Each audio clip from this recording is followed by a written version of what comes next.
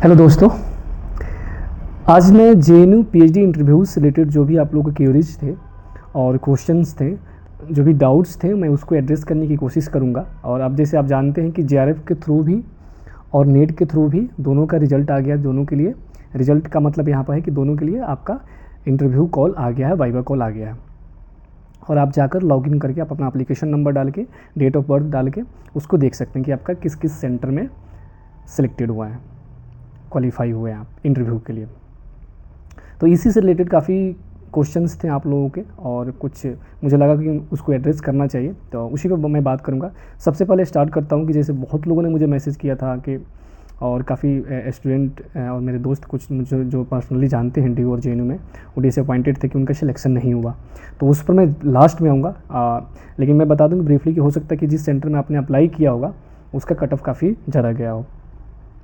Interview से related जो documents थे उससे रिलेटेड काफ़ी क्वेश्चन पूछा गया था। एक क्वेश्चन जो था कि टेस्टिमोनियल्स मैंडेटरी है, और एक क्वेश्चन ये भी पूछा गया था उसी से रिलेटेड कि क्या टेस्टिमोनियल्स अगर 3 सेंटर्स में अप्लाई किया था, तीनों सेंटर्स के लिए अलग अलग चाहिए। तो ऐसा नहीं है। फर्स्ट बात कि अगर आप 2 टेस्टिमोनियल्स बना रहे हैं, उसी 2 टेस्टिमोनियल से जितने भी सेंटर में आप अप्लाई किए हैं उस सेंटर में आप जा सकते हैं।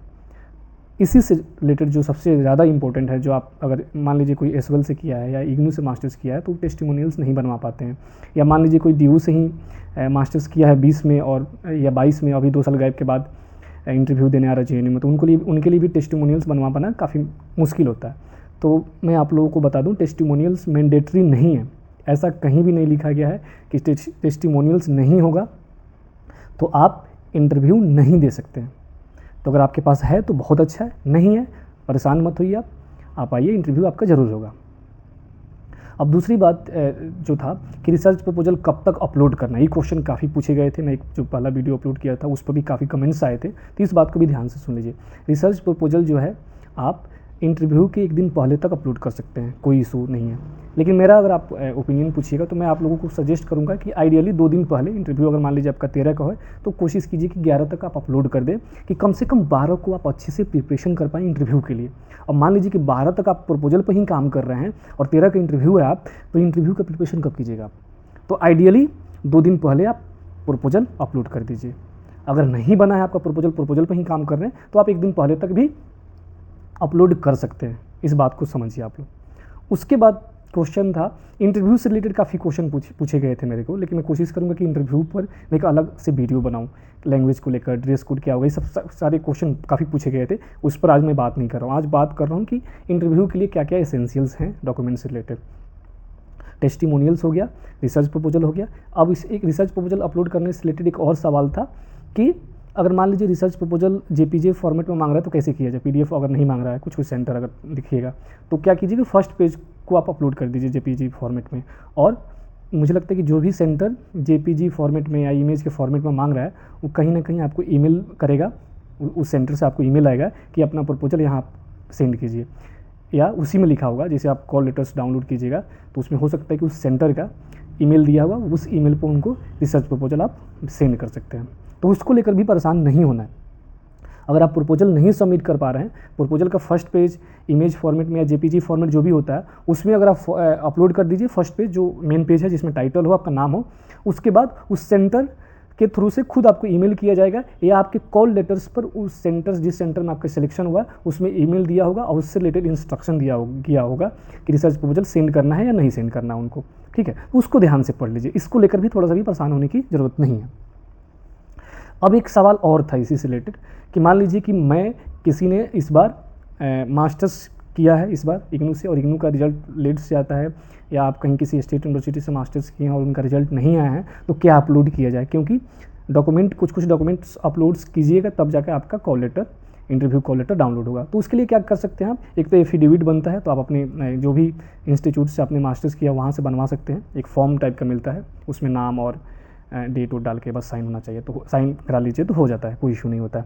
अगर वो भी नहीं है तो आप अपने लास्ट सेमेस्टर का जो भी रिजल्ट था आपका, उसका कॉपी डाल दीजिए आप, क्योंकि वो वेरीफाई नहीं होता है। बेसिकली वो एक फॉर्मेलिटी निभाया जाता है कि आप अपना कॉल लेटर डाउनलोड कर लीजिए। मेन वेरिफिकेशन जो डॉक्यूमेंट्स का होता है आपके इंटरव्यू के बाद, जब आपका सिलेक्शन हो जाता है, जब आप JNU आइएगा तो कन्वेंशन सेंटर में मेन वेरिफिकेशन आपका होगा, अभी नहीं होता है। तो उसको लेकर थोड़ा सा भी परेशान मत होइए, और इस बेसिस पर आपको एक्सक्लूड नहीं किया जाएगा अभी कि इंटरव्यू आप नहीं दे सकते हैं। अगर रिजल्ट है तो रिजल्ट अपलोड कर दीजिए, नहीं है तो एफिडेविट डाल दीजिए उसमें। और मैं कुछ स्टूडेंट ऑर्गेनाइजेशन से बात भी किया कि मान लीजिए कि रिजल्ट नहीं है तो क्या किया जा सकता है, तो उनका कहना है कि हम लोग कल जाकर इससे रिलेटेड बात करेंगे कि क्या क्या ऑप्शन है, अगर किसी का रिजल्ट अभी तक नहीं आया है तो क्या कर सकता है।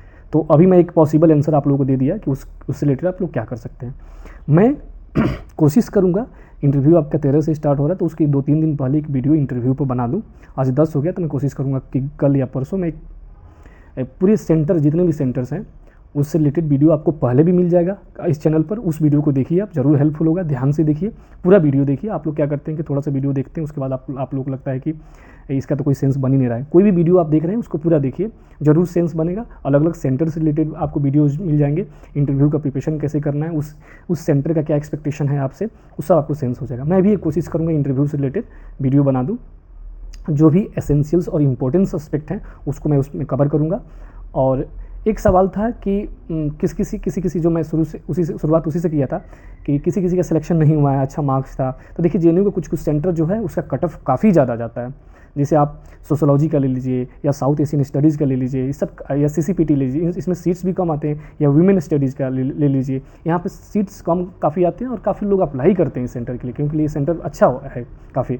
तो आपका अगर सिलेक्शन नहीं हुआ है तो ज़्यादा परेशान मत होइए आप। अभी यूनिवर्सिटी ऑफ दिल्ली का एप्लीकेशन फॉर्म आने वाला है, अम्बेडकर यूनिवर्सिटी का भी आएगा, आपके जामिया का भी आएगा, IGNOU का आएगा। इस सब आपके पास सारे ऑप्शन हैं। PhD में आप कभी भी एक ऑप्शन पर डिपेंडेंट मत रहिए। मैं अपने एक्सपीरियंस के आधार पर आप लोगों को बता रहा हूँ, और तो आप सोच सकते हैं, उस पर काम कीजिए। और थोड़ा कुछ सेंटर हैं जहाँ कट ऑफ काफ़ी ज़्यादा जाता है, तो आपके अगर मार्क्स नेट स्कोर कम होंगे तो हो सकता है कि उसमें सिलेक्शन आपका नहीं हुआ हो। इस वीडियो में जो भी आप लोगों के डाउट्स और कंसर्न था उसको मैंने एड्रेस करने की कोशिश किया, और फिर भी अगर आपके मन में कोई सवाल है तो आप ज़रूर कमेंट्स कीजिएगा, मैं उसको एड्रेस करूँगा, उस पर रिप्लाई करूँगा।